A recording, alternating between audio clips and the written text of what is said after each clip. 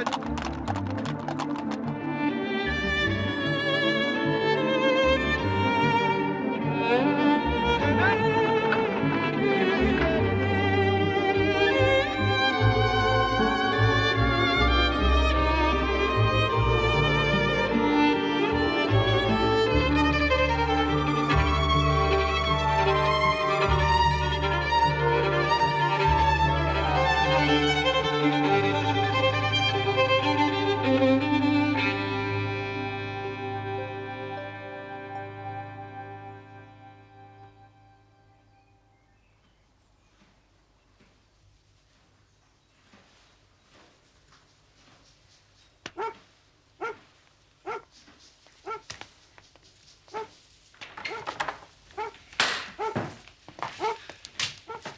And this is where the prince is stabled. Oh, Sir Robert. Sorry to disturb you. This is Joe Barnes. Josiah's boy. I know who he is, Mason. What's he doing here? He's keen to race horses. I can ride, Sir Robert. I'd like to be a jockey. Would you? More than anything in the world. Well, that's good. Very good. But what has it got to do with me? I thought I could work for you. I have all the jockeys I need. Please give me a chance, sir. I'll muck out the stables, clean the yard, anything you want. I'll think about it. Thank you, Sir Robert. Sir, at the house. You better come quick. Why? There's trouble, sir.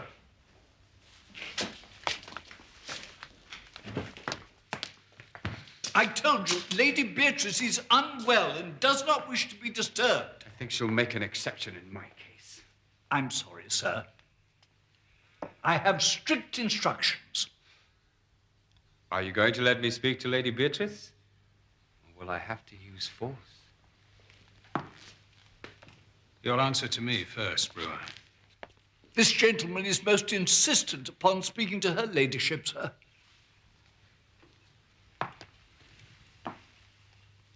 I warned you never to come here. Our business can be discussed at your office, not here. I've tried to settle this matter on many occasions, as you well know, Sir Robert. You've got a nerve coming here after Newmarket. I'm leaving nothing to chance this time. Perhaps Lady Beatrice will be more prepared to listen to reason. Your grievance is with me, Brewer, and with no one else. It would certainly be of concern to Lady Beatrice. Robert, who are these people? What do they want? I'll tell you what I want, Lady Beatrice. Get him out of here. I want what's rightfully mine. Get out. Go. While you can still walk. I'll be back, Lady Beatrice. Good day to you.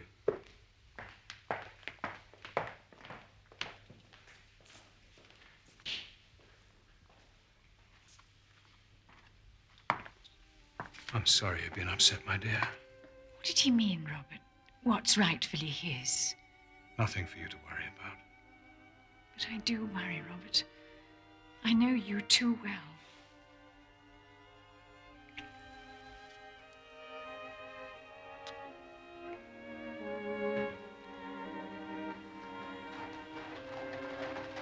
He won't bother us again.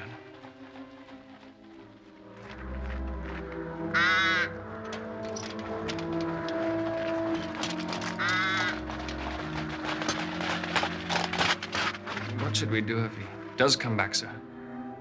If he does come back, I'll deal with him myself.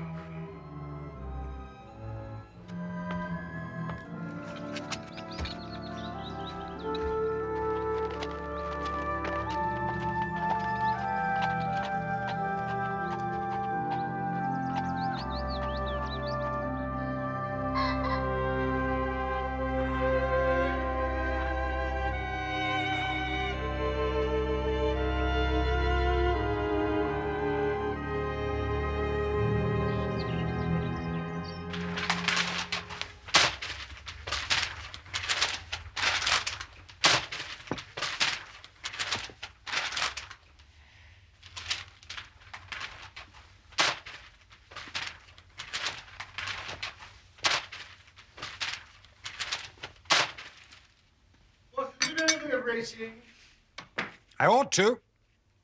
I'd pay for it with about half my wound pension. And I I make you my handy guide to the turf. Oh, what? Does the name Sir Robert Norberton recall anything? A little. Oh. He's got a horse running in the Champion Stakes. He lives at Shoscombe Hall. His stables are known locally as Shoscombe Old Place. But you don't know the man himself? I never met him, if that's what you mean. He has a reputation for being rather a dangerous man. How dangerous? I remember an incident some months ago when he horsewhipped a man on Newmarket Heath. Samuel Brewer, the Curzon Street moneylender. What was the reason for this assault? Well, I imagine that Sir Robert had a grudge against moneylenders. Lord is heavily in their debt. Well, by all accounts, he's so far down Queer Street, he may never find his way back again. I received a letter from John Mason, the head trainer at Shoscombe. It arrived an hour ago. Dear Mr. Holmes, you will no doubt have read of the disappearance a number of days ago of Samuel Brewer.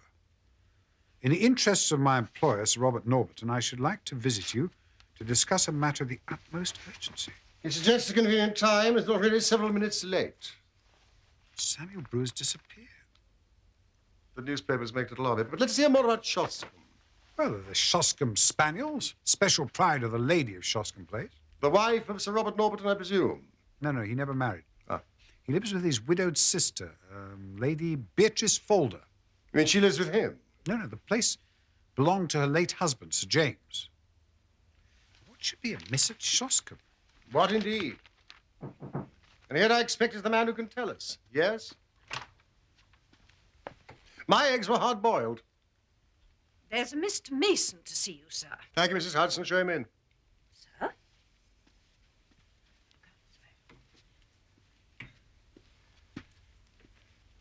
You got my note, Mr. Holmes. Yeah. But it explained nothing. It was too delicate a thing for me to put the details on paper. It's too complicated. You may rely on the discretion of my friend and colleague, Dr. Watson. Please sit down. Thank you.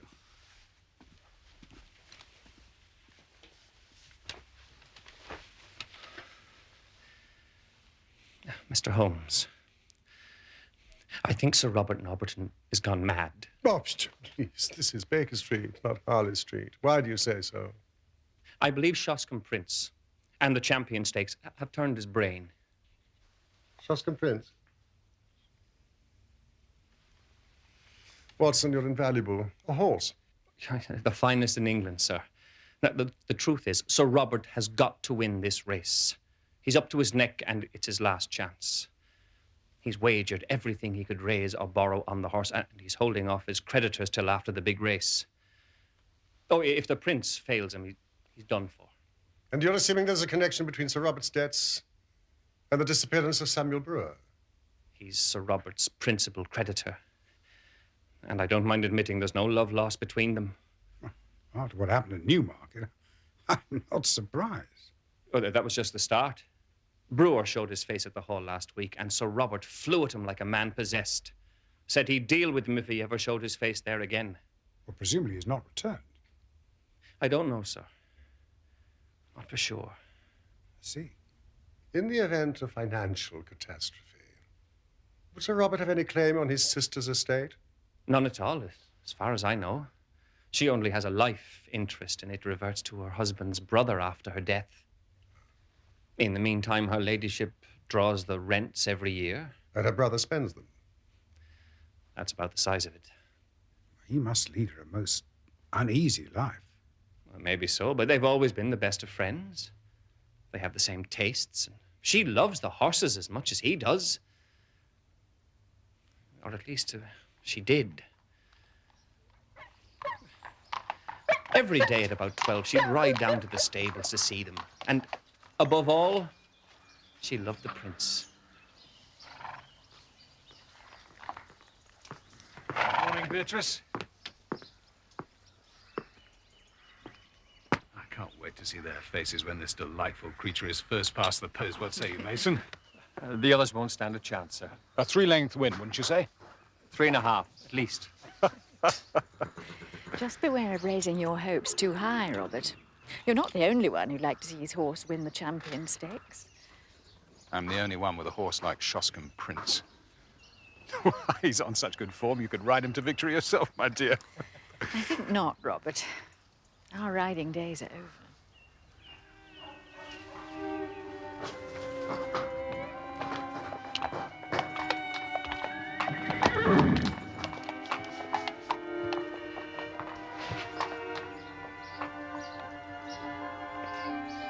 should be resting, my dear. No, I'm fine, Robert. Really, I'm fine. You know what the doctor said? Fuss even more than he does. Jasper, good dog. And how's Carrie today? Very well, thank you, Sir Robert.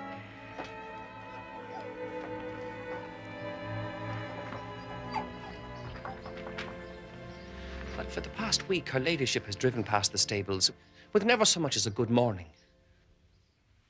You think there's been some sort of quarrel? And a bitter, savage, spiteful quarrel at that. Now he never goes near her. She hardly leaves her room, except to take her daily drive. And I assume that you have witnessed such a disagreement? No, not exactly. But why else would he give away her pet spaniel, Mr. Holmes? She loved that dog as if it were her child. Can you think of any reason why Sir Robert would wish to upset his sister in this fashion? Not at all. It's a cruel way to treat a woman with a weak heart. It's damn rotten. I must say, he does not appear to be committing any crime that I recognize. So why did Sir Robert leave the house at the dead of night? And who was the man he met? Gone. Well, it was Jeavons, the butler, who saw him leave, and he told me about it. So the next night, we followed him.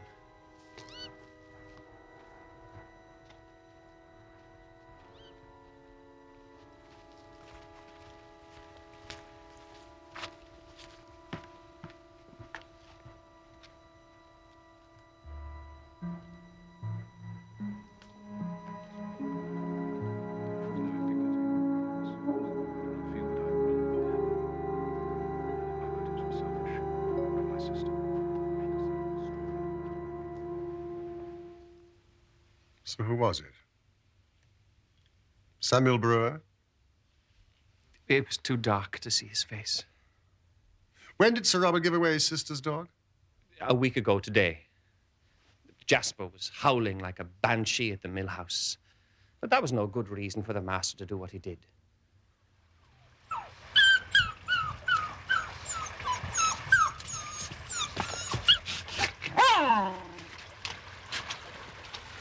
Sir Robert, I want it off this estate. I don't care what you do with it, just as long as I never have to see it again. Yes, sir. I gave the dog to Sandy Bain, the prince's jockey. Right then, Jasper. Let's you and I go for a drink, eh? Come on. Next morning, he took it to Josiah Barnes, the landlord of the Green Dragon in Crendel. Does Lady Beatrice have a companion? Her maid, Mr. Holmes. Just the one? Carrie Evans. She's been with her this 5 years. And is no doubt devoted. She's devoted enough. I won't say to whom. Uh-huh. I can't tell tales out of school. Sir Robert is something of a ladies' man, eh? Do you not think the quarrel between brother and sister may lie there? Oh, that scandal has been pretty clear for a long time. But Lady Beatrice may not have seen it before. Let us suppose that she has suddenly found it out. That she wants to be rid of the hated maid. He will not permit it. She refuses to speak to him. And Sir Robert, in his anger, gives away her dog. There's more to it than that, Mr. Holmes. Mr. Mason, you have the advantage of us. Perhaps there is something that you have not told us.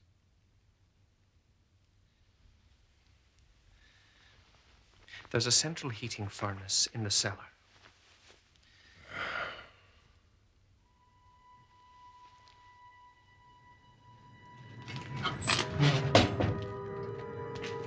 It's been off for some time, but Sir Robert complained of cold and had it on again.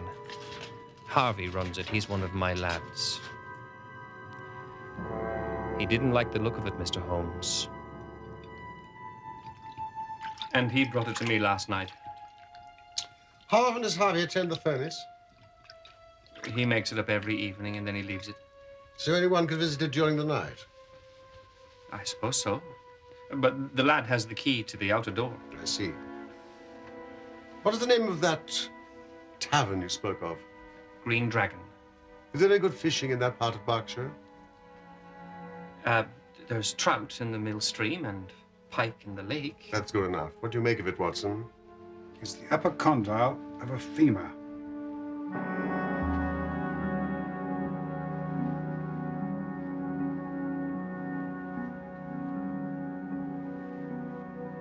Human?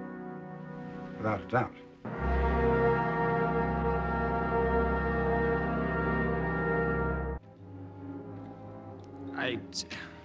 It's a bluff, sir. Anyone could have sent it. It could be a tout. I don't care who it is. I need to know if there's any truth in what he's written. Carrie will be in charge of the house when I'm away. Carrie, sir.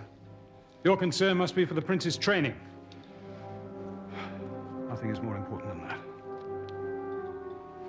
53, 54, 55. Yes, ma'am. Thank you, Stevens. Please take the tray now. 56.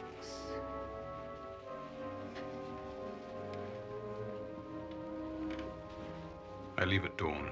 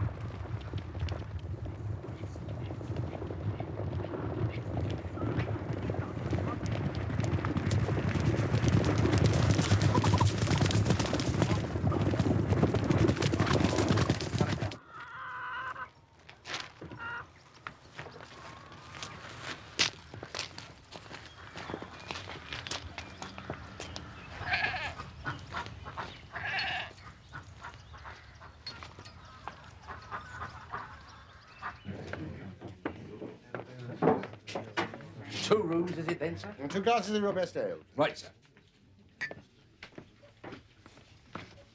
Holmes. Good day, gentlemen. Hello, old fellow.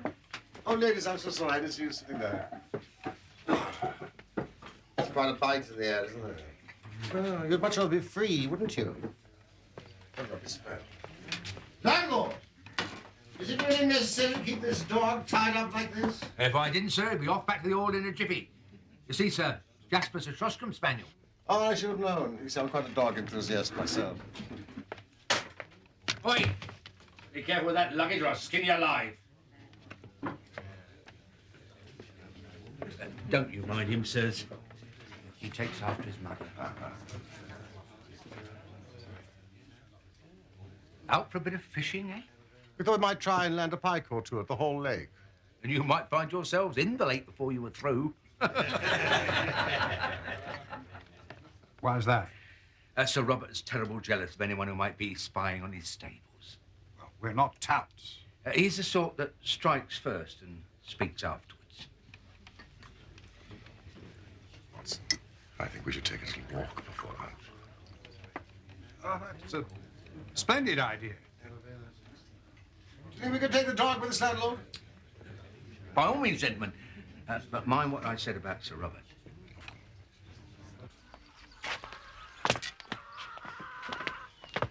It's this way, Watson.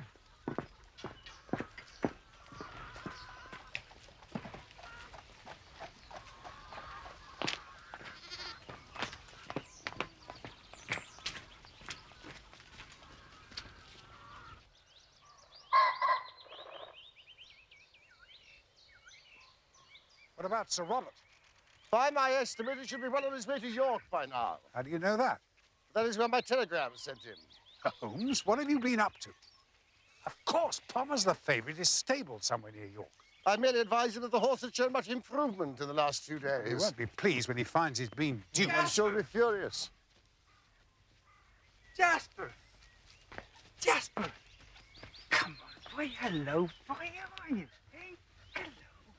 Jasper, here. Do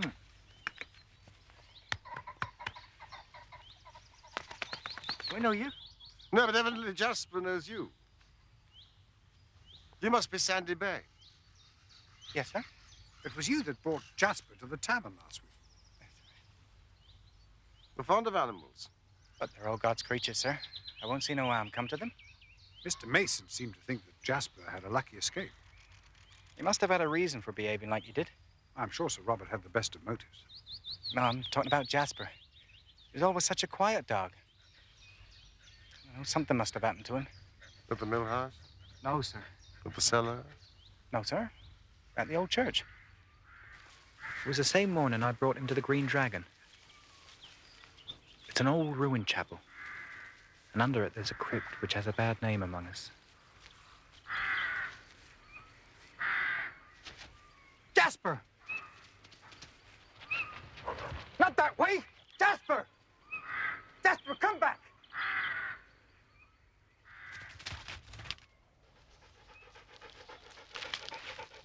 Jasper, come back! Jasper! Jasper!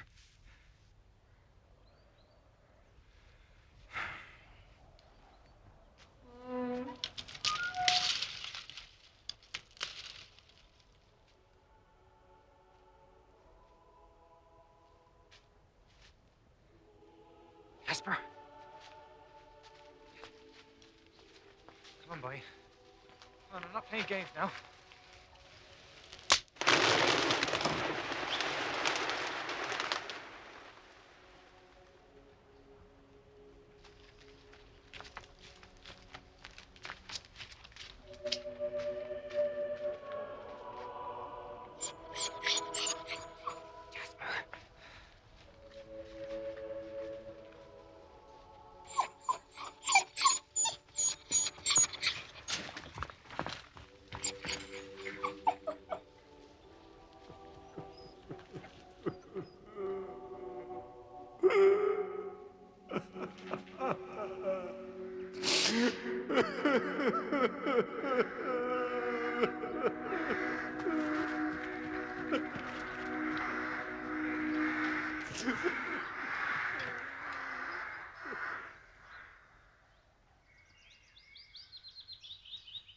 How far are we away from the hall?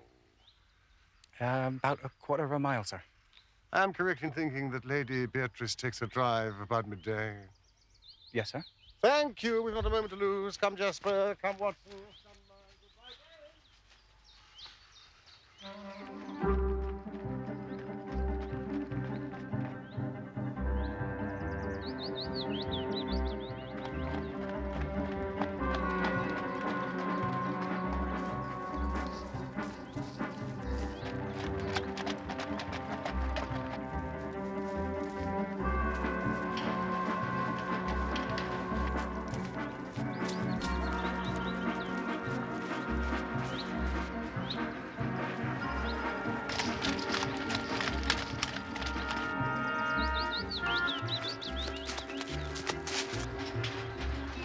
Stop the carriage, Watson! Stop the carriage!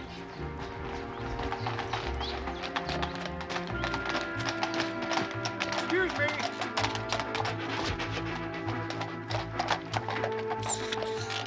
Directors to the Green Dragon Tavern.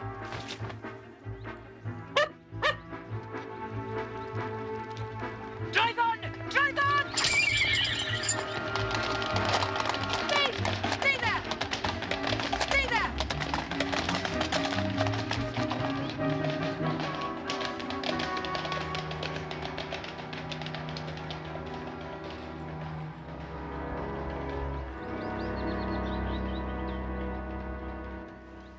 Well, there's nothing we can do until Lady Beatrice takes her drive again tomorrow. You still haven't explained why I risked my life this afternoon. It's just a theory. You must be very disappointed. I was almost killed instead. On the contrary, I think my little experiment was quite successful. I fail to see how. Dog, Watson. The dog. Does that suggest nothing to you? Now, Carrie Evans is determined to keep the dog and her mistress apart. So.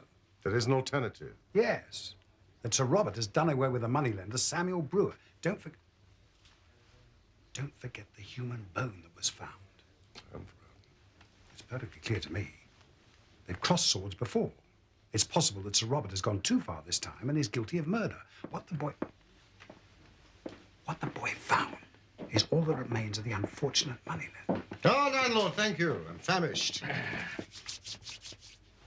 Fine catch, Mr. Holmes. Best I've seen in a long time. These are deep waters, Watson. Deep and rather dirty. I would like to borrow the key to the cellar. For what purpose, Mr. Holmes? To get inside. Where is Sir Robert? Well, Sir Robert left for York. Ah. Early yesterday morning. He isn't expected back till sometime tonight. I'd show you around the house myself, but Master left Carrie in charge, and she won't let anyone pass the door. He left a maid in charge of the house? I told you things were bad between Master and her ladyship. Whereabouts is Lady Beatrice's room? It's on the ground floor, Mr. Holmes, on account of her ladyship's heart. Precisely on the ground floor where?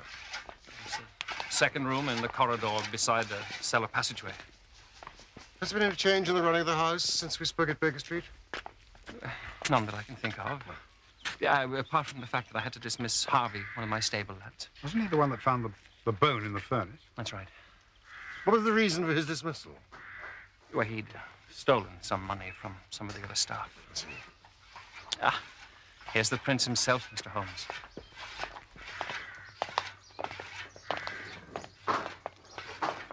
Every inch a champion, would you say? Yes, he's a very fine creature, but you're the expert, Watson. Oh, hardly an expert, Holmes. I am aware of the prince's burst of speed over a final furlong, but the fact is, he hasn't yet won a major race. Do you think he's still in with a good chance? If there's give in the ground, then yes.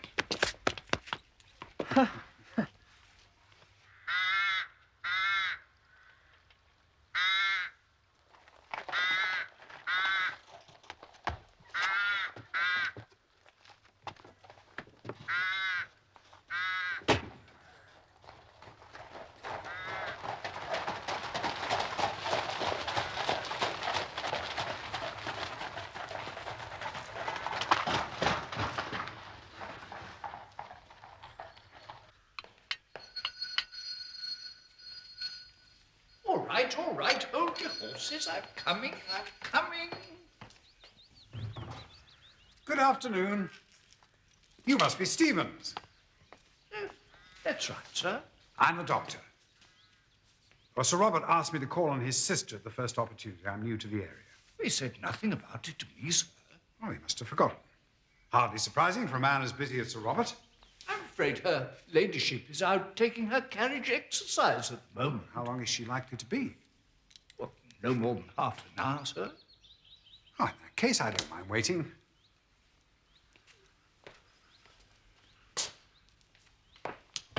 You appear to be in some pain yourself. Oh, it's the rheumatiz, sir.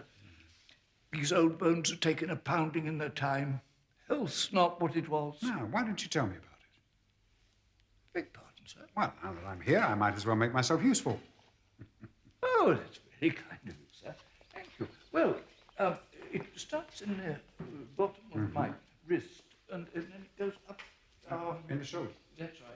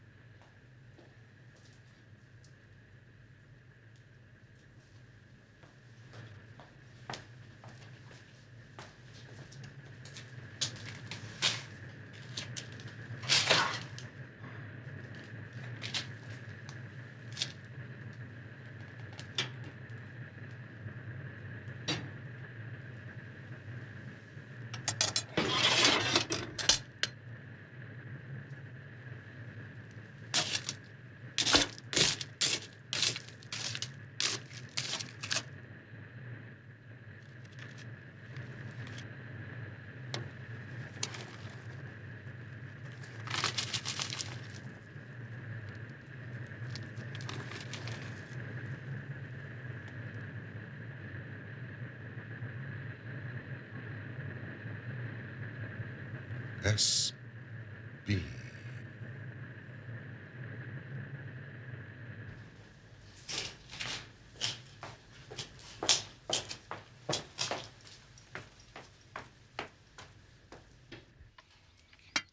Of course, the worst time is first thing in the morning. My back and my legs, oh, stiff as a board. And my feet. Did I tell you about my feet? No. Oh, I'll tell you about my feet. Blocks of ice, like blocks of ice. Can't feel them sometimes. Your blood's not circulating properly. It's a common problem. And then there's the other trouble. The other trouble? No, the other trouble.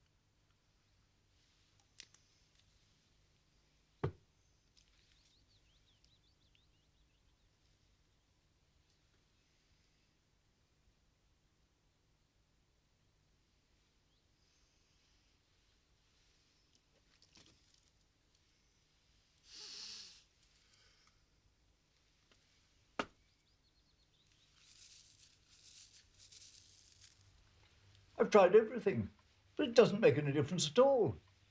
I'm in just as much agony now as I ever was.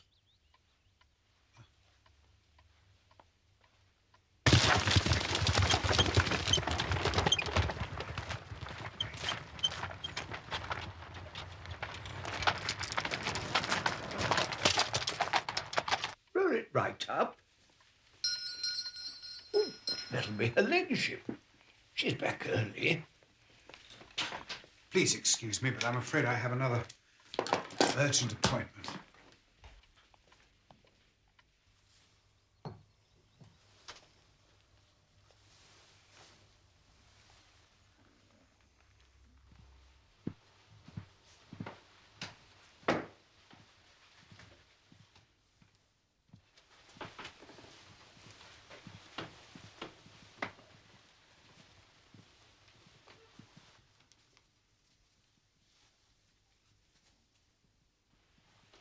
Almost there, my lady.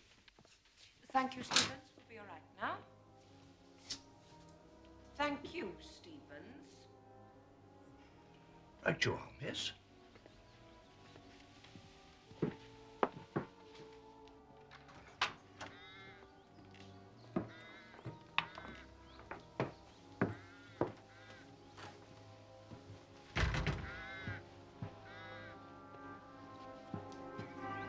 Strange.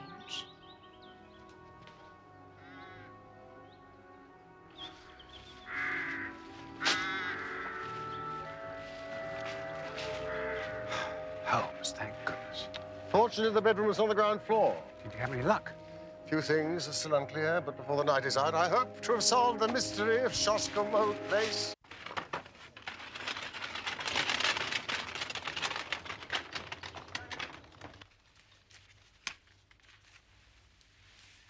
If Samuel Brewer returned to the hall to demand his money, he might have done so at night. He could have been the man that Sir Robert met at the old church.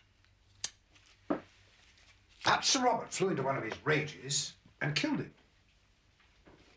And in a moment of sheer panic, tried to dispose of the body by putting it into the furnace. Hence the note case. Wasn't the vibrations? If perhaps maybe amid all the evidence we have so far is purely circumstantial. Ah.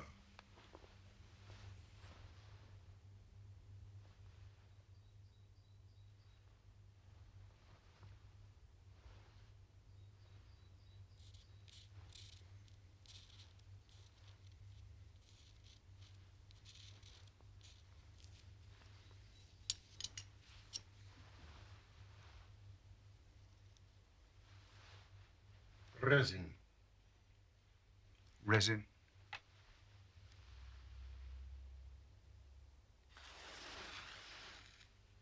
Or an alcohol base. Traces of it on a few strands of hair found in Lady Beatrice's room. Come, Watson. The telegram will not keep Sir Robert away much longer. Where are we going?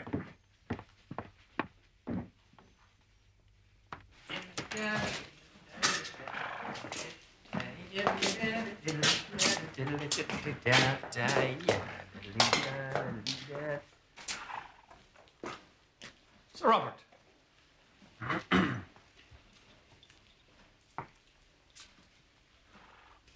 What happened while I was away? Nothing, sir. Don't lie to me, Mason. Something's been going on behind my back.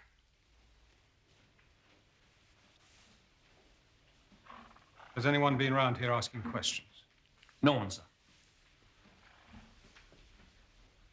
Apart from some people I met near Crendell. I don't know their names. What did you talk about? Nothing much. They were interested in the old church. Fool!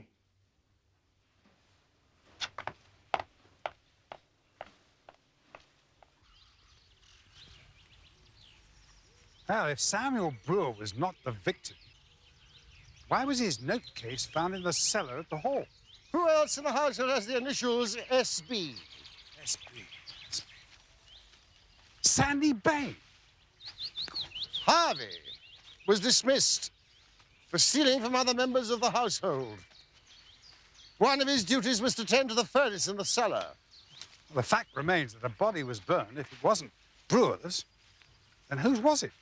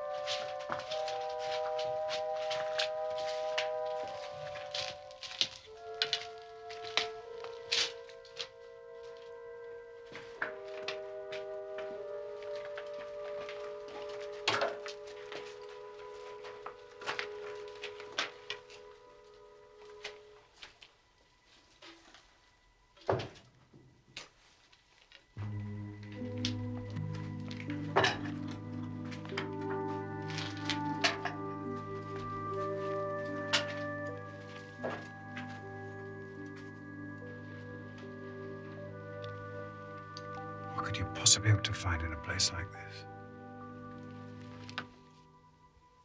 The lead lining has been cut.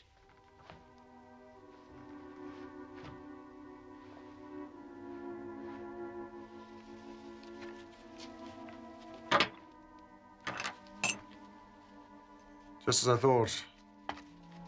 The bolts have been loosened. Watson, I'm going to need your help to open this.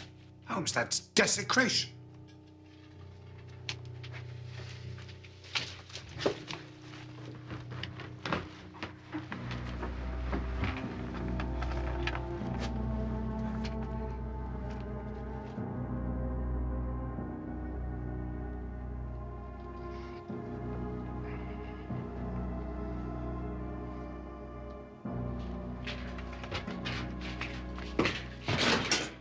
Who are you?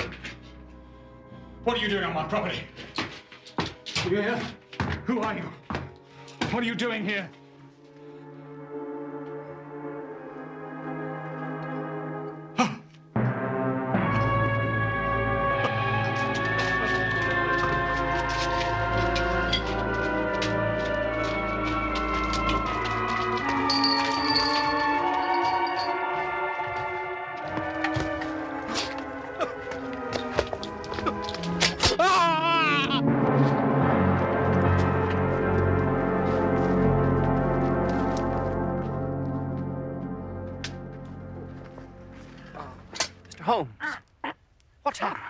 good question, Mr. Mason. One that you could direct at Sir Robert. Disgusting contraptions. How dare you? Get out. I was going to join you for tea, but I see I'm too late. Get out this instant, or I'll call for Sir Robert. Sir Robert knows that I'm here. Please, Miss Evans, will you sit down? I felt I couldn't visit Shoscombe Place without paying my respects to Lady Beatrice. Oh, you have brandy with your tea? For medicinal purposes, of course. Yes, of course. But is that enough, I wonder? Enough for what? Brandy revives the spirits, but I hardly think it is sufficient to raise the dead. Don't move, Miss Evans.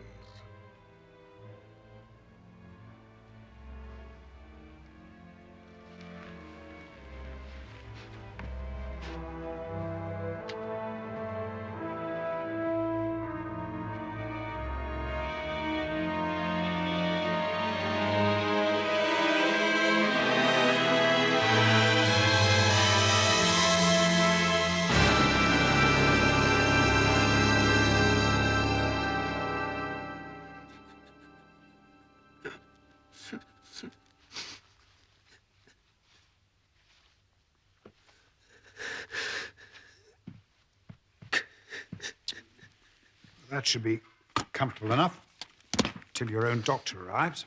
Thank you. I am Sherlock Holmes. Perhaps my name is familiar to you. I know appearances are against me, but you must believe that I could act in no other way. I'm very happy to hear you say so. But I fear your explanations must be for the police. Please, Sir Robert. The responsibility for what has been done is entirely mine. Miss Evans and Joe Barnes were merely following my instructions. You must promise that they will come to no harm. I can promise you nothing. But I will hear a plain statement of the facts. Very well. You've clearly gone pretty deeply into my affairs. Otherwise, I should not have found you where I did. I've always known that if Beatrice died, the estate would revert to my brother-in-law's family. Everything would be seized, including the stables and the horses. Well, Mr. Holmes, my sister did die just a week ago. And you told no one? I had little alternative. If I told the truth, I faced absolute ruin. But if I could stave things off until the race, I knew all might be well. Beatrice died of the heart condition that had long afflicted her. That will be for a coroner to decide. Her own doctor would certify that for months her symptoms had threatened such an end. Joe Barnes came to see me in search of work a day or two before Beatrice died. He seemed a trustworthy lad, and it came into my mind that he might, for a short time, impersonate my dear sister. It was but a case of appearing daily in her carriage, for no one need enter her room, save Miss Evans. Of course, I had to take her into my confidence. The whole deception distressed me greatly, but I could see no other course to take. Naturally, the body couldn't remain in the bedroom. On the first night, Joe and I carried it out to the old mill house. We were followed by her pet spaniel, which afterwards howled continually at the door. So I felt some safer place was needed. I got rid of the dog, and we carried Beatrice to the crypt of the church. It seemed to me to be no unworthy resting place if we put her for a time in the coffin of one of her husband's ancestors, lying in what is still consecrated ground. I paid my respects to her there every day.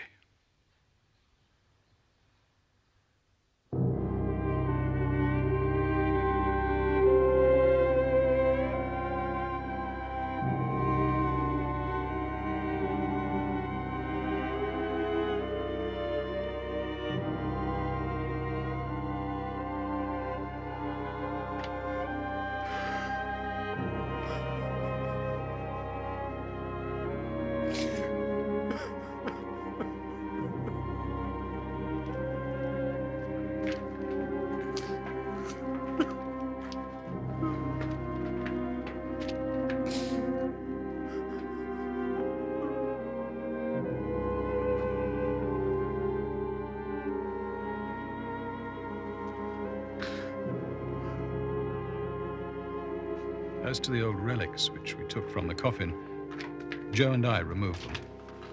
He descended from the bedroom at night and burned them in the furnace.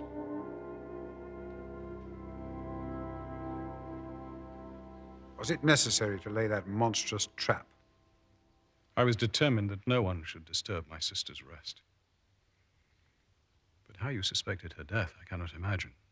Well, yesterday, when Miss Evans ordered the carriage to drive on, I concluded that she was afraid of something.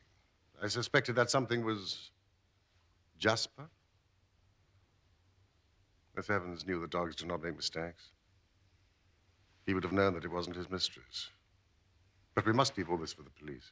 But why? A day or two is all I need. Say nothing yet, I beg of you.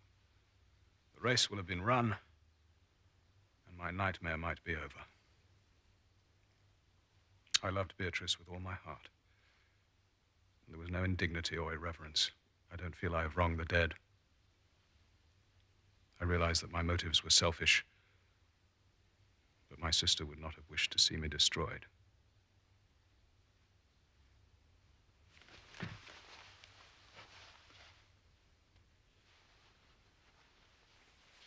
That does not entitle you to break the law.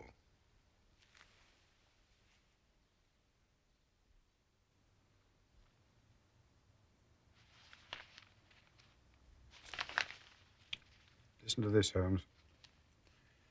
Following the success of Shoscombe Prince in yesterday's Champion Stakes, Sir Robert has received sufficient winnings to settle all his debts with enough left to re-establish him in a fair position in life. Ah. However, the victory was marred by the sudden death of Sir Robert's sister, Lady Beatrice Falder, whose love of horses was at least as great as his own. Even the elusive Samuel Brewer has returned from his hideaway in France to send a telegram of congratulations to Sir Robert on his win. It transpires that even creditors have their creditors. It explains why Samuel Brewer was so anxious to get his money back. But to send a telegram, such barefaced hypocrisy. So how much did you win on Shoscombe Prince? 20 guineas. It's disgraceful. Champagne, Mrs. Hudson? Of course, in the circumstances. Well, it's very good of you, but I've only won 20 guineas. Plus my 10. You're not the only one that likes a plunge on the horses from time to time, Doctor. Oh, gee. Well.